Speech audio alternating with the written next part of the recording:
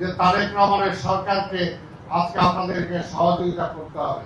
যদি এই দেশটাকে আমরা ভালোবাসতে চাই, এই দেশটাকে সামনের দিকে এগিয়ে যেতে চাই, আজকে যারা এটা অর্গানাইজ করেছেন, অটো চালক, ভ্যান সহ রিক্সা, যারা আজকে এটা এই শ্রমের সাথে যারা জড়িত, আপনারা এই মিটিংটা অর্গানাইজ করেছেন।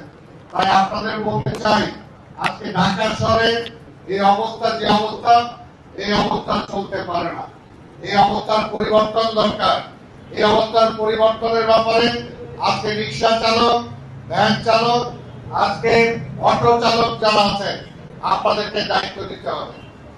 আপনাদেরকে দায়িত্ব দিতে হবে। আপনারা দায়িত্ব নেবেন, কারণ যেভাবে বিশৃঙ্খল অবস্থায় ঢাকা শহর চলছে, এইভাবে একটা জ্যামের জন্য আজকে ঘন্টার পর ঘন্টা মানুষকে রাস্তা অপেক্ষা করতে হয়। এইভাবে দেশটা উন্নয়নের দিকে যাবে না। আমরা চাই না রিক্সা বন্ধ হোক, আমরা চাই না অটো রিক্সা বন্ধ হোক, ভ্যান বন্ধ হোক, আমরা চাই না।